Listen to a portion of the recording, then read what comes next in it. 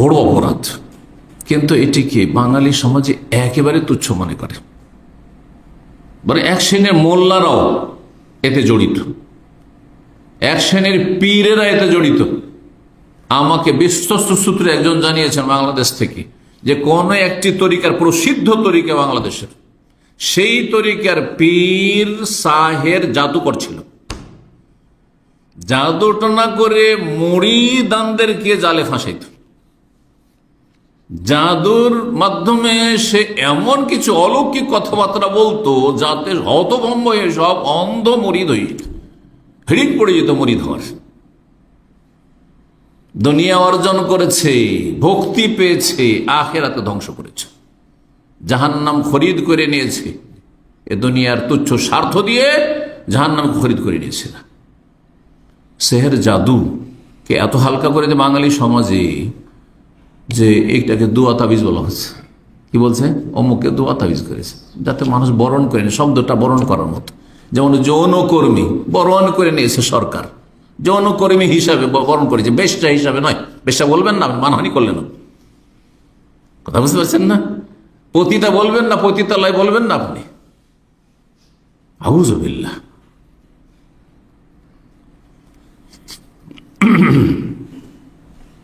সেহের জাদু, সেহের জাদু এত বেশি আছে বাঙালি সমাজে যে মা ছেলে মেয়েকে জাদু করছে,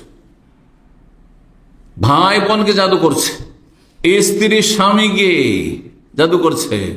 স্বামীর একটু সুরসুরি উঠেছে, একটু বিয়ে করার মন চাইছে, বিয়ে করবি, তোর 12টা বাজিয়ে দেবো। কোন এক কবিরাজের কাছে গেল, যাওয়ার পরে এমন জাদু করলেও যে জীবনটা নষ্ট। এক লোক এখানে গোপালগঞ্জের ছিল, তারা 2 ভাই ছিল। এক ভাইতে একবার নিয়মিত এখানকার আমাদের সেন্টারের কোর্সের ছাত্র, একসময় কোর্স করাইতাম, আর সে ফার্স্ট সেকেন্ড হইতো। আর তার ভাই যেটি ছিল জাদুতে আক্রান্ত, সে মাঝে মাঝে আসতো, সাপ্তাহিক একদিন করে আসতো, এরকম যেমন সাপ্তাহিক প্রোগ্রামগুলোতে 1 দিন 2 দিন। তো সে প্রেম করে বিয়ে করেছিল, লাভ ম্যারেজ। লাভ ম্যারেজ গুলো তো সাধারণত এরকম হয়, কারণ চোরের মন পুলিশ পুলিশ, চোরের মন পুলিশ পুলিশ।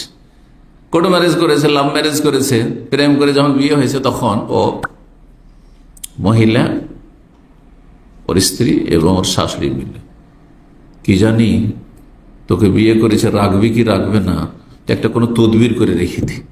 এভাবে এমন তদবির করেছে, এখানে পাগলের মতো ঘুরে বেড়াতো। এই যে হোলসেল চাউলের দোকানে এখানে চাকরি করতো, জামে মসজিদের আশেপাশে, আর পাগলের মতো ওই ছেলেটি ঘুরে বেড়াতো।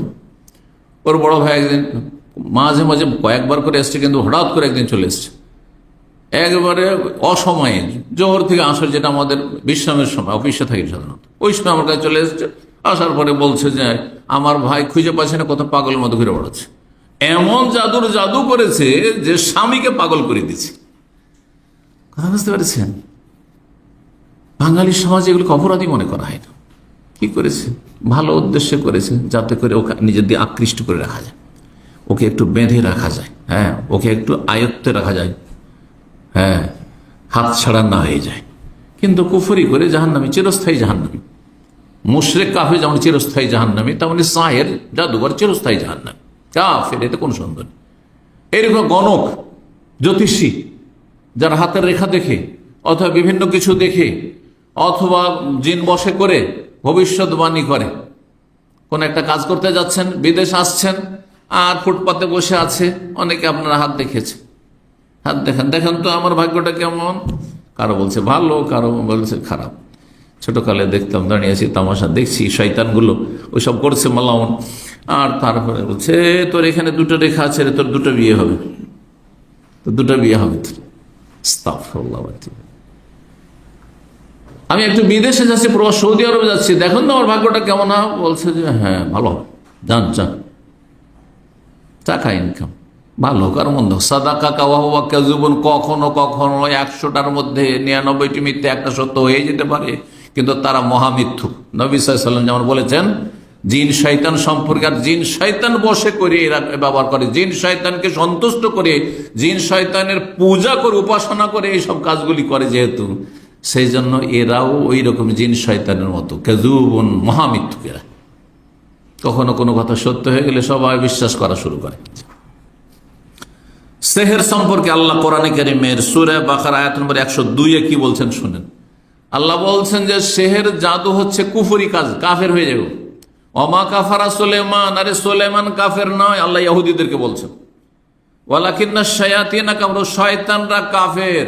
কেন? ইউআল্লিমুনান নাসা সিহর, যেহেতু জাদু শিখাইতো, তাহলে জাদু বিদ্যা কুফরি, আর শয়তানরা বা ইহুদিরা কাফের। কিন্তু সুলাইমান আলাইহিস সালামের মিথ্যা অপবাদ দিও না যে সুলাইমান আলাইহিস সালামের রাজত্ব চলতো জাদুর বলে, এ কথা মিথ্যে, আল্লাহ খণ্ডন করছেন আয়াত। তারপরে আল্লাহ বলছেন ওমা ইউআল্লিমানি মিন আহাদিন, হারুত মারুতকে আল্লাহ পরীক্ষার জন্য পাঠিয়ে দিলেন যে ফেরেশতা, তারা শিখাবার আগে বলতেন দেখো ওই ধর্মে তখন শিক্ষা, জাদু শিক্ষা যায় ছিল, কিন্তু প্রয়োগ করবে না, প্রয়োগ করলে কাফের হয়ে যাবে। এক আর পরীক্ষা, কোনো কিছু শিখিয়ে দেওয়ার পরে নাই কাজটা করিও না। কাউকে যদি গাড়ি ভালো করে শিখিয়ে দেন, বলছে গাড়ি শিখিয়ে দিলাম, ড্রাইভিং শিখিয়ে দিলাম, কিন্তু গাড়ি চালাবে না, সামলাতে পারবেন না, সামলাতে পারবেন না। মোবাইল হাতে তুলে দিবেন ছেলে মেয়েদের, হ্যাঁ, অবিবাহিতা মেয়ের, আর বলেন বাবা মোবাইল দিলাম, কিন্তু দেখো এটার মিস ইউজ করিও না, থাকবে, উধাও তো হবেই। আপনি সহশিক্ষা রেখেছেন ওইখানে, নেকড়ে বাঘের সাথে রেখেছেন ওইখানে, নেকড়ে বাঘের পালে আপনি ছাগলকে রেখেছেন, আপনি সহশিক্ষায়।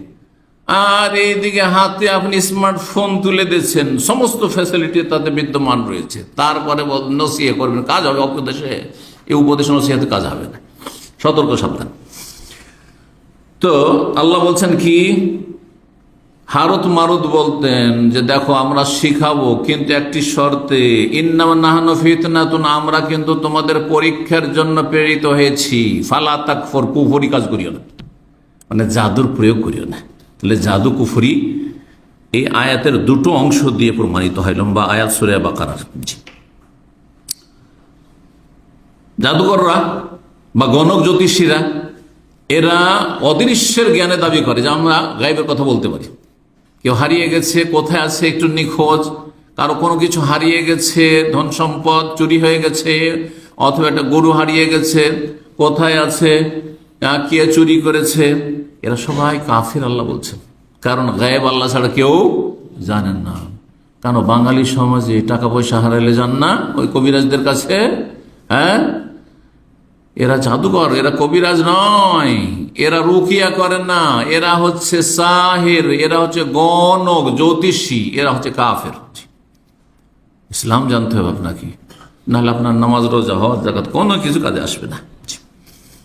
3 নম্বর অপরাধ, যে অপরাধটি মুসলিম সমাজে অপরাধী মনে করা হচ্ছে না, তা হচ্ছে নামাজ ছেড়ে দেওয়া।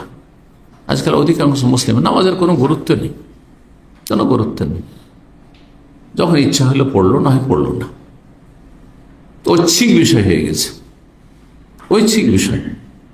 অথচ জীবনের প্রথম কোর্স এটি, জীবনের এটি সূচনা আর এটি সবার সমাপ্তি। কিন্তু দৈনিক আপনি রুটিনটা দেখেন রব্বুল আলমিনের, ঘুম থেকে উঠলেই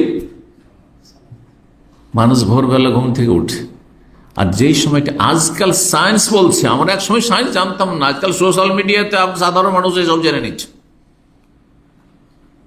যে ভোর রাত্রে যারা জাগবে তারা বেশি সুস্থ থাকবে।